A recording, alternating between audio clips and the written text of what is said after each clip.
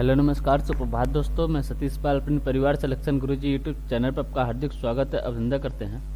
हम आशा करते हैं कि आप सभी स्वस्थ और मस्त होंगे।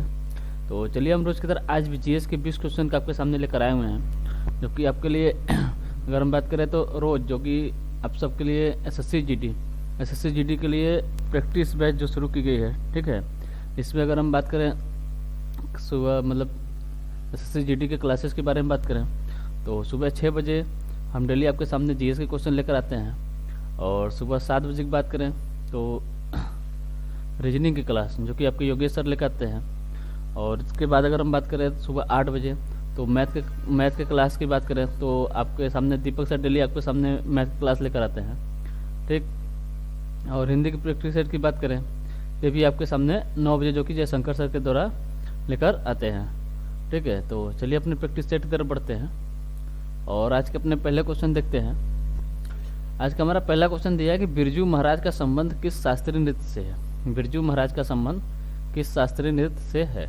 ऑप्शन दिया आपका कथक, ऑप्शन भी दिया आपका कथकली, ऑप्शन सी दिया आपको कुचिपुड़ी और ऑप्शन डी दिया आपका ओडिसी। किसकी बात करें हम? शास्त्रीय नृत्य की बात करेंगे हम। भारत में कुल टोटल कितने शास्त्रीय नृत्य हैं? टोटल आपके 8 शास्त्रीय नृत्य। कितने शास्त्रीय नृत्य हैं? 8 शास्त्रीय नृत्य हैं, ठीक। पूछा है इसमें बिरजू महाराज का संबंध, बिरजू महाराज का संबंध किस शास्त्रीय नृत्य से है। तो अगर हम बिरजू महाराज की बात करें तो इनका संबंध किससे है? कथक से है। किससे है? कथक से है। कथक कहाँ का मतलब शास्त्रीय नृत्य है, मतलब किस राज्य से संबंधित है, ठीक है। तो कथक अगर हम बात करते हैं उत्तर प्रदेश या उत्तर भारत भी बोल सकते हैं, उत्तर भारत भी, ठीक है। अगर उत्तर प्रदेश न दिया हो तो वहाँ उत्तर भारत जरूर मिलेगा, ठीक है। अगर हम कथकली की बात करें तो आपके केरल का शास्त्रीय नृत्य है। कथकली कहाँ का है? केरल का है। और यही बात करें कुचिपुड़ी की, कुचिपुड़ी कहाँ का है? आपका आंध्र प्रदेश का है। कहाँ का है? आंध्र प्रदेश का कुचिपुड़ी है। और ओडिसी की बात करें तो आपके उड़ीसा का है। उड़ीसा का शास्त्रीय नृत्य आपका ओडिसी है, ठीक है। तो हो गया आपके बिरजू महाराज कहाँ किससे संबंधित है? आपके कथक से है, ठीक। अगर हम बात करें कथक से संबंधित और मतलब यहाँ के मतलब कथक से संबंधित और कलाकार की बात करें यहाँ पर जाएंगे। एक तो हो गया आपके बिरजू महाराज, एक हो यहाँ पे लच्छू महाराज, ठीक है। और इसके बाद बात करें तो सितारा देवी, देखें आपके सुखदेव महाराज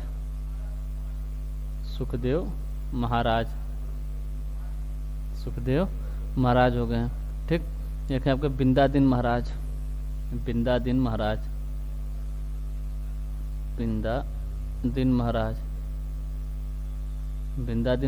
ठीक। अच्छन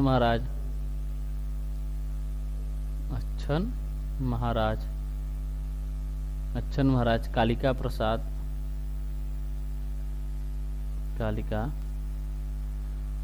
हो गए। मालविका सरकार,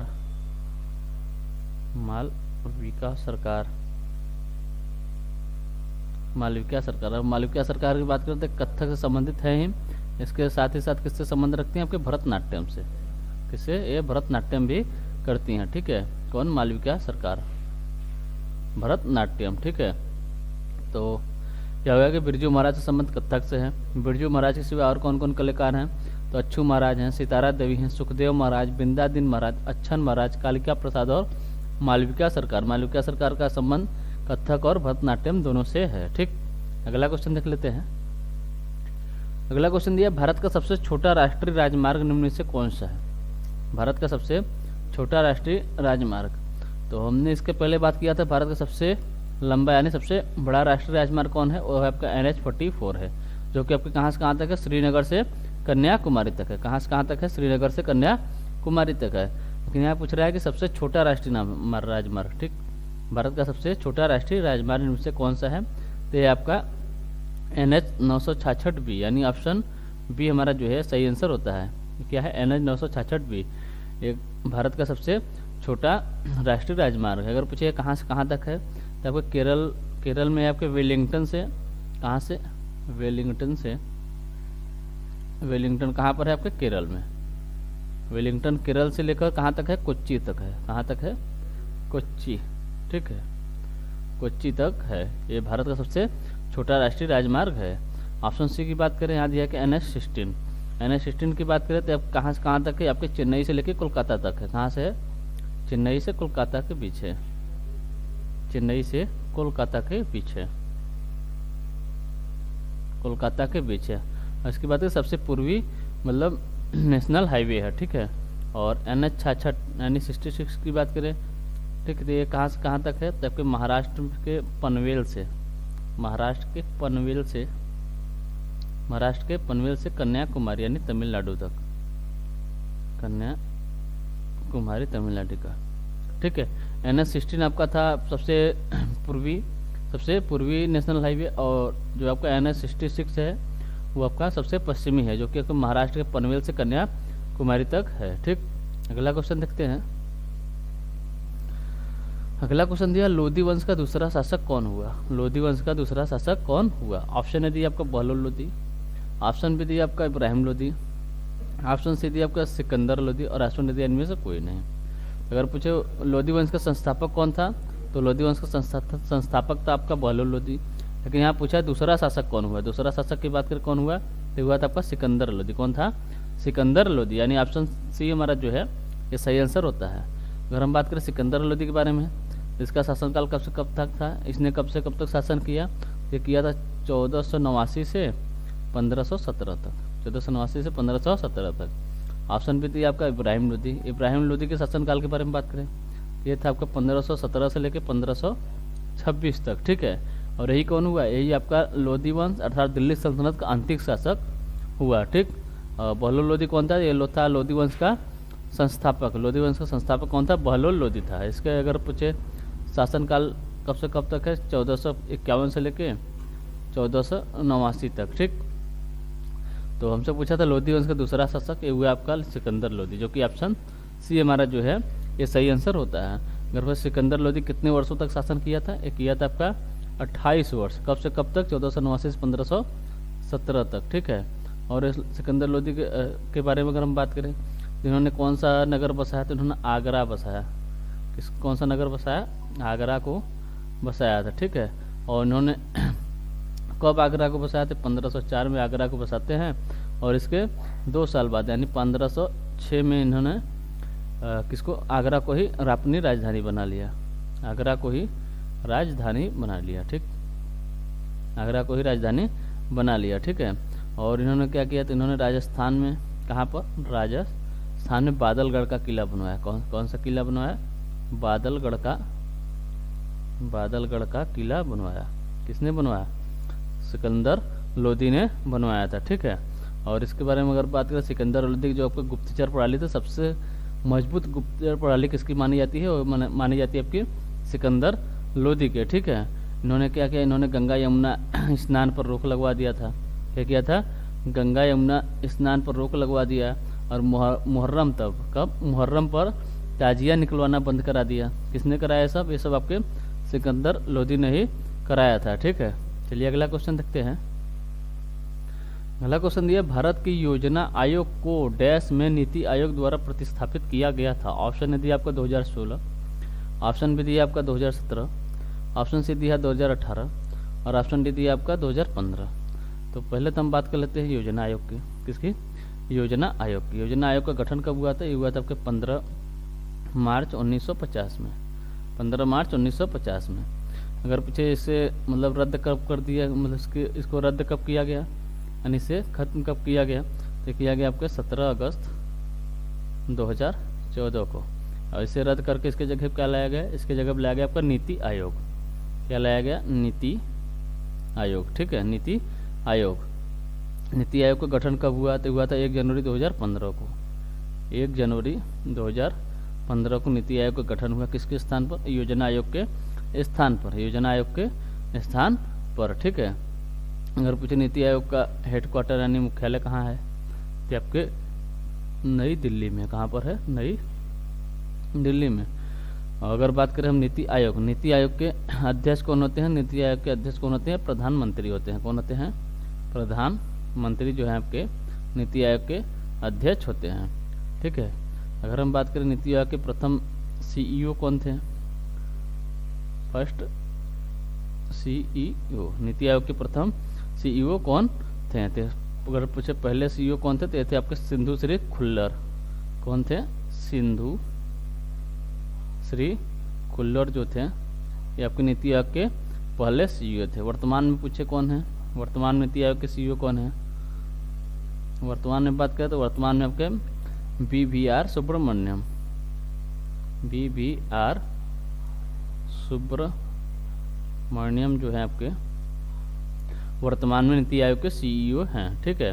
अगर बात करें हम नीति आयोग के पहले उपाध्यक्ष कौन थे? नीति आयोग के फर्स्ट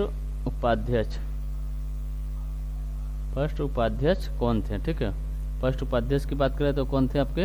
अरविंद पनगड़िया जी थे। कौन थे? अरविंद पनगड़िया जी। अरविंद पनगड़िया जी आपके पहले उपाध्यक्ष थे। वर्तमान उपाध्यक्ष कौन है? वर्तमान में अगर पूछे उपाध्यक्ष कौन है तो ये आपके सुमन के बेरी। कौन है? सुमन के बेरी जो है आपके वर्तमान में उपाध्यक्ष हैं। ठीक। तो क्या होगी आपकी भारत की योजना आयोग को नीति आयोग में 2015 में नीति आयोग द्वारा प्रस्थापित किया गया था। ठीक। तो नीति आयोग के बारे में हमने देख लिया कि इसका गठन कब हुआ है? 1 जनवरी 2015 को हुआ। इसका हेडक्वार्टर यानी मुख्यालय कहाँ पर? आपके नई दिल्ली में है। इसका अध्यक्ष कौन होता है? नीति आयोग का अध्यक्ष कौन होता है? आपके होते हैं आपके प्रधानमंत्री होते हैं। पहले अध्यक्ष पूछे तो अभी मतलब 2015 में कौन थे प्रधानमंत्री? तो होते अपने नरेंद्र मोदी। वर्तमान में कहें वो भी आपके नरेंद्र मोदी हैं। ठीक है। अगर पूछे पहले सीईओ कौन थे तो सीईओ थे आपके सिंधु श्री खुल्लर। वर्तमान में कौन है? तो वर्तमान में BVR सुब्रमण्यम। ठीक। अगर पूछे पहले उपाध्यक्ष कौन हुए नीति आयोग के तो थे आपके अरविंद पनगड़िया। वर्तमान उपाध्यक्ष कौन है? तो ये आपके सुमन के बेरी। ठीक है। तो हमारा आंसर क्या हो जाएगा? यहाँ पर हो जाएगा 2015 में नीति आयोग का गठन हुआ था। कब? 1 जनवरी 2015 को, यानी ऑप्शन डी हमारा जो है ये सही आंसर होता है। अगला क्वेश्चन देख लेते हैं। अगला क्वेश्चन दिया अमजद अली खां का संबंध किस वाद्य यंत्र से है? अमजद अली खां कौन सा वाद्य यंत्र बजाते हैं? ऑप्शन ने दिया सरोद, ऑप्शन बी दिया मृदंग, ऑप्शन सी दिया आपका वायलिन और ऑप्शन डी दिया आपका संतूर। तो किसकी बात कर रहा है? अमजद अली खां की। अमजद अली खां का संबंध अगर पूछे किस वाद्य यंत्र से है तो ये आपके सरोद वादक है। कौन है? सरोद वादक, यानी ऑप्शन ए हमारा जो है ये सही आंसर होता है। अमजद अली खां के 2 पुत्र हैं यानी 2 बेटे हैं, उनका भी संबंध सरोद से ही है। ठीक है। अगर पूछे उनके बेटे के नाम के बारे में बात करें तो एक है आपके अमान अली खां। कौन है? अमान अली खां। अमान अली खां और एक है आपके अयान अली खां। अमान अली खां और अयान अली खां, ये 2 उनके पुत्र हैं जिनका संबंध भी आपके किससे है? सरोद से ही है। ठीक है। कौन हो गए? अमजद अली खां, अमान अली खां और अयान अली खां, ये तीनों का संबंध किससे है? सरोद वादक से है। ठीक है। और बात करें देखें आपके जरीन दारूवाला का संबंध पूछे किससे है? ये भी आपके सरोद वादक है और ये महिला है न कि पुरुष है। ये कौन है? जरीन दारूवाला जो है आपके कौन है? ये महिला है। ठीक है। और बात करें देखें आपके मुकेश शर्मा का संबंध किससे है? मुकेश शर्मा का भी संबंध आपके सरोद से ही है। ठीक है। हाफिज खां हैं, अली अकबर खां हैं, हाफिज खां हैं और अली अकबर खां हैं। अली अकबर खां हैं। ठीक है। एक है आपके राजीव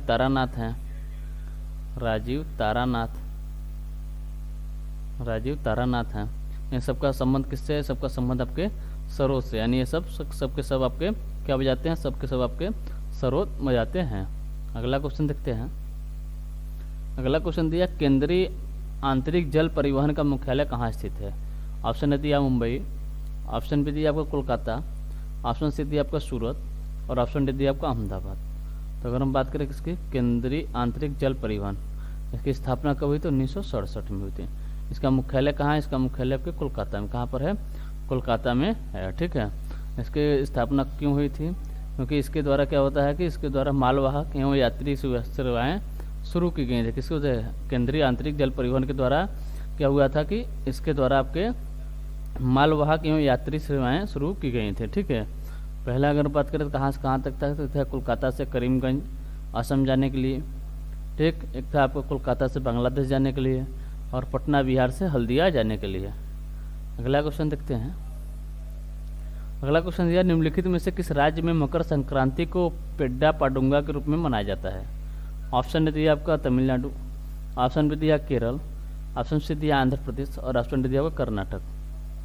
तो अगर पूछे पेड्डा पाडुंगा के रूप में कौन सा मकर संक्रांति को किस राज्य में मनाया जाता है? मनाया जाता है कि आंध्र प्रदेश में। कहाँ पर? आंध्र प्रदेश में, यानी ऑप्शन सी हमारा जो है ये सही आंसर होता है। जो आपका मकर संक्रांति है हर राज्यों में मतलब अलग अलग नाम से मनाया जाता है, हर राज्यों में अलग अलग नाम से मनाया जाता है। इस प्रकार हम बात करें बिहार में किस नाम से मनाया जाता है? तो इसे दही चूड़ा का उत्सव कहा जाता है। दही चूड़ा या तिल संक्रांति भी कहा जाता है। क्या? तिल संक्रांति भी कहा जाता है। ठीक है, तिल संक्रांति। इसके बाद बात करें हम उत्तर प्रदेश की, ये तो हो गया आपका बिहार का दही चूड़ा या तिल संक्रांति। उत्तर प्रदेश की बात करें तो यहाँ पर मकर संक्रांति या खिचड़ी पर्व बोलते हैं। मकर संक्रांति या खिचड़ी पर्व कहते हैं, खिचड़ी पर्व कहते हैं। ठीक है, और बात करें कि पंजाब में क्या बोलते हैं? पंजाब में आपके लोहड़ी बोलते हैं। क्या बोलते हैं? पंजाब में आपके लोहड़ी बोलते हैं। लोहड़ी कहाँ बोलते हैं? आपके मकर संक्रांति को पंजाब में बोलते हैं। अगला क्वेश्चन देखते हैं। अगला क्वेश्चन दिया, सिकंदर लोदी का मकबरा कहाँ स्थित है? ऑप्शन दिया ग्वालियर, ऑप्शन बी दिया आपका आगरा, ऑप्शन सी दिया आपका अफगानिस्तान और ऑप्शन दिया दिल्ली। तो अगर हम बात करें सिकंदर लोदी का मकबरा कहाँ स्थित है, तो स्थित है आपके दिल्ली में। कहाँ पर है? दिल्ली में, यानी ऑप्शन डी हमारा जो है ये सही आंसर होता है। अगर पूछे सिकंदर लोदी की मृत्यु कैसे हुई थी, तो गले के बीमारी के कारण इसकी मृत्यु हुई थी। ठीक है, अगर पूछे सिकंदर लोदी के समकालीन कौन कौन थे? सिकंदर लोदी के समकालीन की बात करें, इनके समकालीन कौन कौन थे? देखते हैं आपके कबीर दास, गुरु नानक,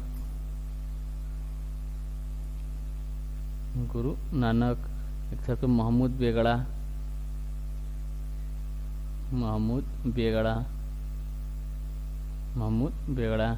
राणा सांगा। ठीक है, ये सब आपके कौन थे? ये सब आपके सिकंदर लोदी के समकालीन थे। अगला क्वेश्चन देखते हैं। अगला क्वेश्चन दिया कि one life in not enough निम्न में से किसकी पुस्तक है? ऑप्शन ए दिया नटवर सिंह, ऑप्शन बी दिया लाला लाजपत राय, ऑप्शन सी दिया सचिंद्र सान्याल और ऑप्शन डी दिया आपका महात्मा गांधी। तो one life in not enough अगर पूछे निम्न में से किसकी पुस्तक है, तो आपके नटवर सिंह की है। किसकी है? नटवर सिंह की, यानी ऑप्शन डी हमारा जो है ये सही आंसर होता है। ठीक, अगर हम बात करें ऑप्शन बी की, क्या दिया? लाला लाजपत राय की पुस्तक के बारे में बात करें तो इनकी कौन सी पुस्तक है? अनहैप्पी इंडिया, मतलब दुखी भारत। Unhappy India. ठीक है, दुखी भारत की पुस्तक किसकी है? तो आपके लाला लाजपत राय की है। ठीक, सचिंद्र सान्याल के बारे में बात करें, इनकी पुस्तक का क्या नाम है? तो बंदी जीवन। क्या है? बंदी जीवन जो है आपकी किसकी पुस्तक है? आपके सचिंद्र सान्याल की है। महात्मा गांधी की बात करें, इनका आपका भारतीय गृह शासन यानी इंडियन होम रूल, भारतीय गृह शासन किसकी पुस्तक है? आपके महात्मा गांधी की है। ठीक, तो one life in not enough की बात करें तो नटवर सिंह, लाला लाजपत राय अनहैप्पी इंडिया, सचिंद्र सान्याल बंदी जीवन, महात्मा गांधी भारतीय गृह शासन यानी इंडियन होम रूल। ठीक, अगला क्वेश्चन देखते हैं।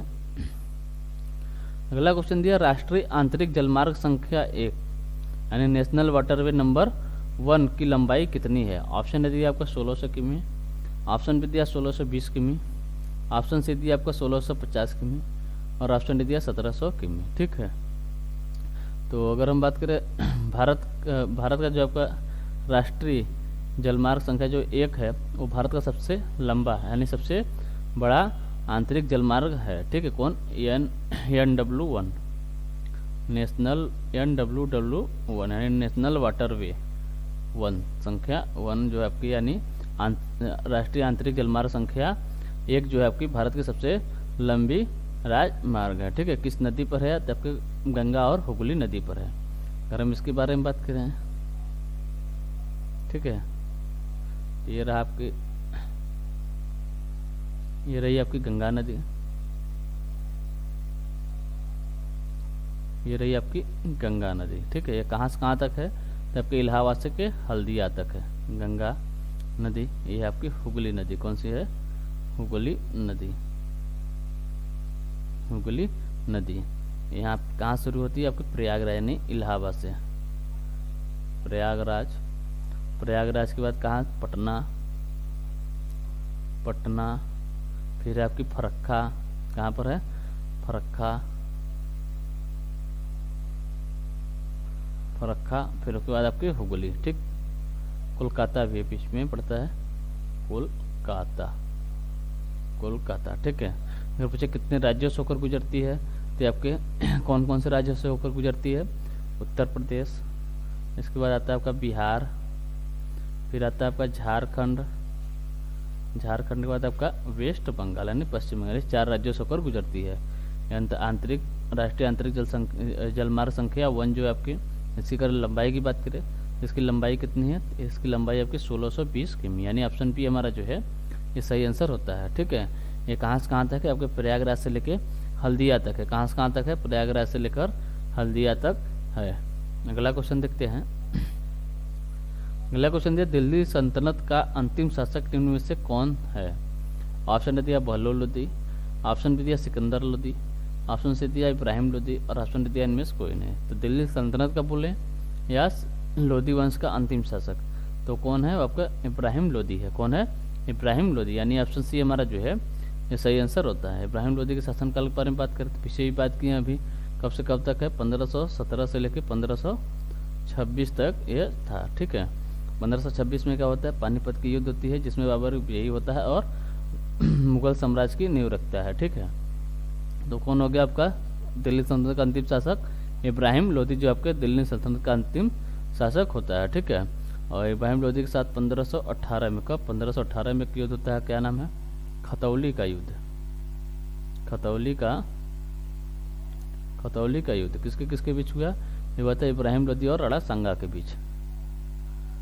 इब्राहिम लोदी वर्सेस राणा सांगा, इब्राहिम लोदी वर्सेस राणा सांगा के बीच कौन सा युद्ध हुआ, आपका खतौली का युद्ध। इसमें अगर पूछे किसकी जीत होती है, इसमें राणा सांगा की जीत होती है और इब्राहिम लोदी की हार होती है। और इसी युद्ध में जो आपके राणा सांगा का एक हाथ जो आपका कट जाता है। किस युद्ध में अगर पूछे राणा सांगा के हाथ कटा था, तो था आपके खतौली के युद्ध में। किसके साथ हुआ था, इब्राहिम लोदी और राणा सांगा के साथ हुआ था, जिसमें फाइनली किसके मतलब कौन विजयी हुआ था, राणा सांगा ही विजयी हुए थे। ठीक है। और इब्राहिम लोदी ने फिर एक युद्ध किया किसके साथ, बाबर के साथ। कब किया था, 21 अप्रैल 1526 में, 21 अप्रैल 1526 में, 1526 में। क्या नाम था, पानीपत का प्रथम युद्ध था ये, पानीपत का प्रथम युद्ध था। ठीक है। किसके बीच हुआ, बाबर और इब्राहिम लोदी के बीच, जिसमें फाइनली रूप से बाबर विजयी होता है और मुगल साम्राज्य की नींव रखता है। ठीक है। और दिल्ली सल्तनत जो थी आपकी यहीं समाप्त हो जाती है। तो दिल्ली सल्तनत का पूछा था अंतिम शासक कौन था, तो था आपका इब्राहिम लोदी ही था, यानी ऑप्शन सी हमारा जो है ये सही आंसर होता है। अगला क्वेश्चन देख लेते हैं। अगला क्वेश्चन दिया कि धन विधेयक यानी मनी बिल की परिभाषा किस अनुच्छेद में दी गई है। ऑप्शन दिया अनुच्छेद 108, ऑप्शन बी दिया अनुच्छेद 109, ऑप्शन सी दिया अनुच्छेद 110 और ऑप्शन डी दिया आपको अनुच्छेद 111।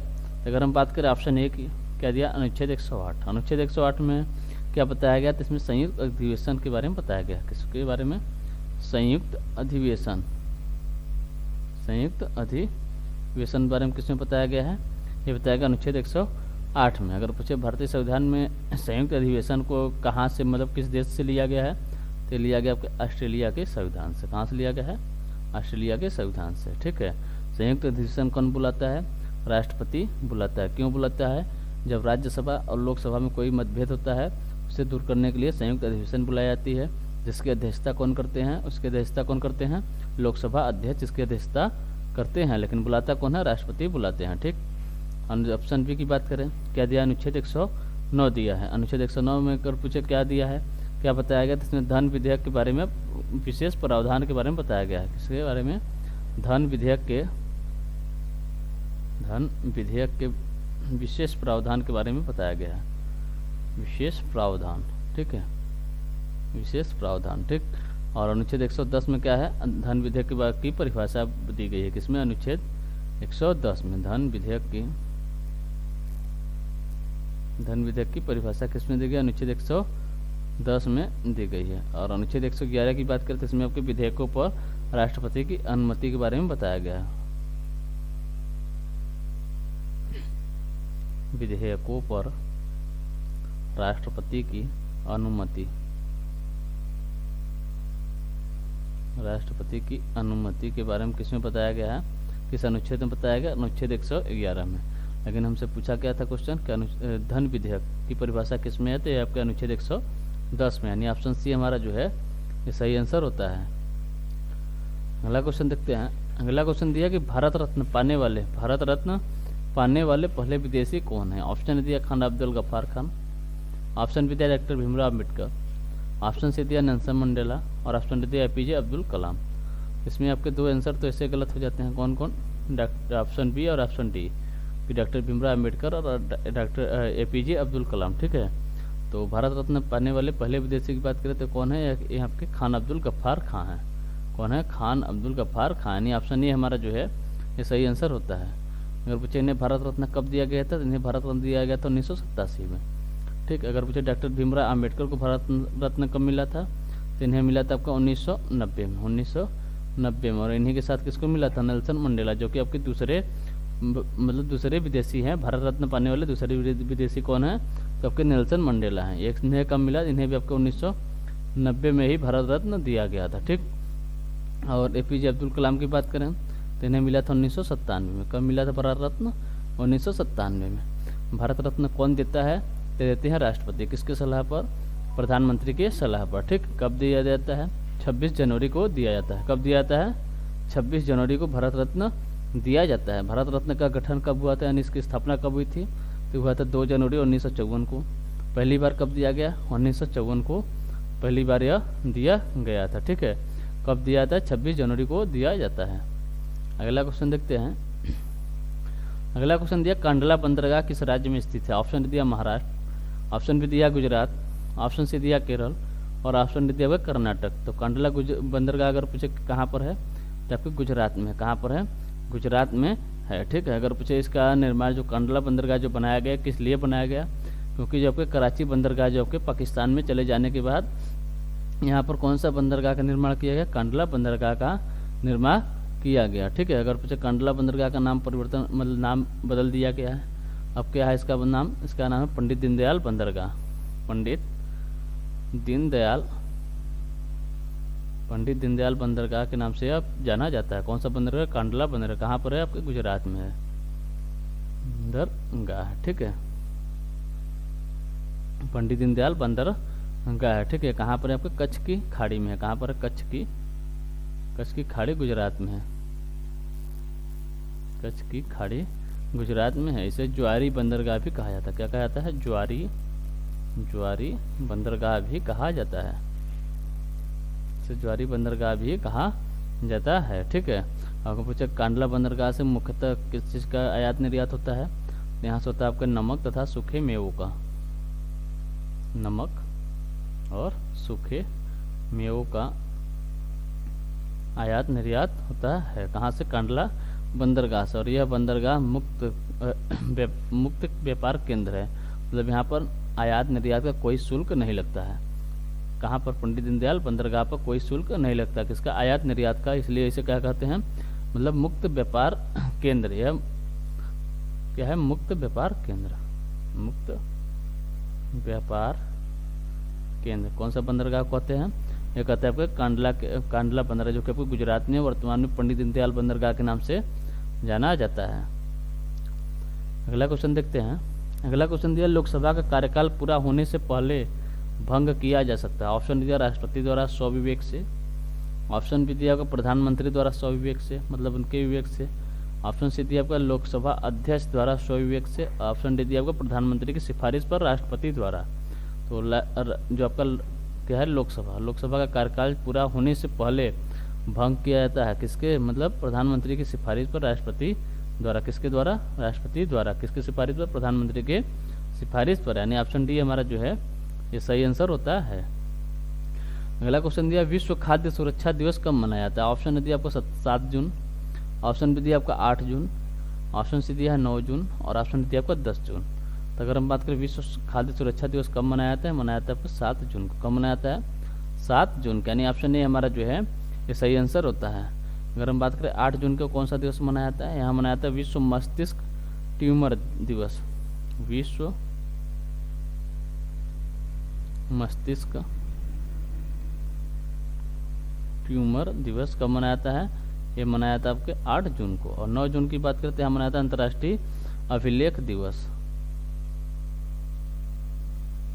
अंतर्राष्ट्रीय अभिलेख दिवस कब मनाया जाता है? मनाया जाता है 9 जून को। 10 जून की बात करें तो यहाँ मनाया जाता है विश्व भूगर्भ दिवस। क्या है? विश्व भूगर्भ दिवस।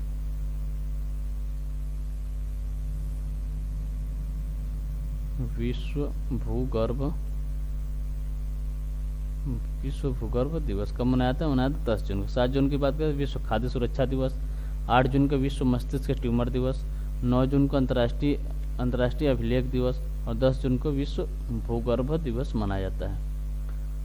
अगला क्वेश्चन दिया, विश्व बैंक की स्थापना कब हुई? ऑप्शन दिया 1944, ऑप्शन बी दिया 1945, ऑप्शन सी दिया आपका 1950 और ऑप्शन डी दिया 1955। किसकी बात कर रहा है? विश्व बैंक यानी वर्ल्ड बैंक की स्थापना कब हुई थी? तो हुई थी आपको 1944 में। कब? 1944, यानी ऑप्शन ए हमारा जो है ये सही आंसर होता है। अगर पूछे इसका हेडक्वार्टर कहाँ है यानी इसका मुख्यालय कहाँ है, तो आपको वाशिंगटन डीसी में। कहाँ पर है? वाशिंगटन डीसी में इसका मुख्यालय है। वाशिंगटन डीसी में इसका मुख्यालय है। ठीक है, इसकी स्थापना कभी 1944 में हुई, ब्रिटेन वुड्स सम्मेलन के दौरान हुई थी। ठीक, स्थापना तो 1944 में, लेकिन इसने कार्य करना कब प्रारंभ किया? तो 1945 से इन्होंने अपना कार्य करना शुरू किया। अगर पूछे इसमें कुल सदस्य देश कितने हैं? कुल सदस्य कितने हैं? 189 सदस्य इसमें शामिल हैं। ठीक है, इसके प्रमुख कौन है? इसके प्रमुख है आपके डेविड माल्पस जो है कि इसके प्रमुख हैं।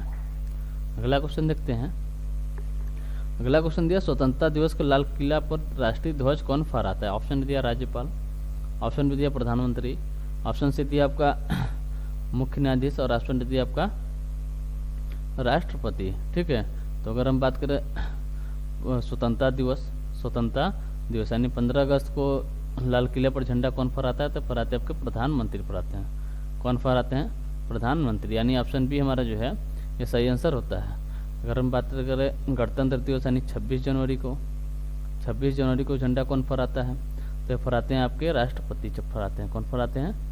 राष्ट्रपति। ये कहाँ पर फहराते हैं? आपके कर्तव्य पथ पर फहराते हैं। कर्तव्य पथ पर फहराते हैं। ठीक, अगला क्वेश्चन देखते हैं। अगला क्वेश्चन दिया आपकी 2011 की जनगणना के अनुसार डैश राज्य की कुल साक्षरता दर सबसे कम थी। डैश राज्य की साक्षरता दर सबसे कम थी। ऑप्शन दिया राजस्थान, ऑप्शन बी दिया झारखंड, ऑप्शन सी दिया बिहार और ऑप्शन दिया उत्तर प्रदेश। तो किस राज्य की अगर पूछे साक्षरता दर सबसे कम थी तो ये थी आपकी बिहार की। कहाँ की साक्षरता दर सबसे कम थी? बिहार की थी। कितनी थी? ये थी आपकी 61.80% थी। ठीक है, इसमें अगर हम बात करें मेल की कितनी थी? इसमें मेल की थी आपकी 71.20 और फीमेल की बात करते थी आपकी 51.50%। ठीक है, ये आपके बिहार की है। अगर हम बात करें भारत की साक्षरता दर कितनी है? भारत की साक्षरता दर कितनी है? तो आपकी 74.04% भारत की साक्षरता दर है। इसमें अगर हम बात करें मेल की कितनी है? तो मेल की आपकी 82.14% है और फीमेल की बात करें, फीमेल की आपकी 65.46% आपकी फीमेल की साक्षरता दर है। ठीक, अगर फिर सबसे अधिक साक्षरता दर किस राज्य की है? तो आपकी केरल की है। कहाँ की है? केरल की है। कितनी है? ये आपकी लगभग 94% है। कितनी है? लगभग 94% है। अगर पूछे पहले स्थान पर तो केरल हो गया। दूसरा राज्य मतलब दूसरा राज्य की बात करें तो दूसरा राज्य हो जाएगा आपका मिजोरम। दूसरा राज्य कौन सा है? मिजोरम है। ठीक है, दूसरा राज्य कौन सा है? मिजोरम। यहाँ की साक्षरता दर कितनी है? 91.58%। अगर हम यूटी पे पूछे, पहला मतलब केंद्र शासित प्रदेश मतलब साक्षरता दर में सब पहले स्थान पर केंद्र शासित प्रदेश कौन सा है, तो आपका लक्षद्वीप है। कौन सा है, लक्षद्वीप है। इसकी साक्षरता दर कितनी है, इसकी साक्षरता दर है आपकी 92.28% है, 92.28% है। ठीक, अगला क्वेश्चन देखते हैं। अगला क्वेश्चन दिया, मुसलमानों का पवित्र शहर मक्का किस देश में स्थित है। ऑप्शन ने दिया ईरान, ऑप्शन भी दिया इराक, ऑप्शन से दिया मिस्र और ऑप्शन ने दिया आपका सऊदी अरब। तो अगर पूछे जो आपका मक्का है कहाँ स्थित है, तो आपके सऊदी अरब में। कहाँ पर है, सऊदी अरब में, यानी ऑप्शन डी हमारा जो है ये सही आंसर होता है। अगर हम बात करें इनकी, अगर हम राजधानी के बारे में बात कर लेते हैं, जैसे ईरान की राजधानी क्या है, ईरान की राजधानी क्या है, तेहरान है। क्या है, तेहरान है। इराक की राजधानी की बात करें तो आपके बगदाद है, बगदाद है। मिस्र की राजधानी क्या है, काहिरा है। क्या है, काहिरा है। और सऊदी अरब की राजधानी क्या है, आपके रियाद है। क्या है, रियाद है। ठीक, तो आज के लिए सिर्फ इतना रखते हैं, मिलते हैं आपसे अगले सेशन में। अगर सेशन आपको अच्छा लग रहा हो तो लाइक और सब्सक्राइब जरूर करिएगा और शेयर करना ना भूलिएगा। ठीक है, तो चलिए मिलते हैं आपसे अगले सेशन में, तब तक के लिए टेक केयर, बाय बाय, जय हिंद।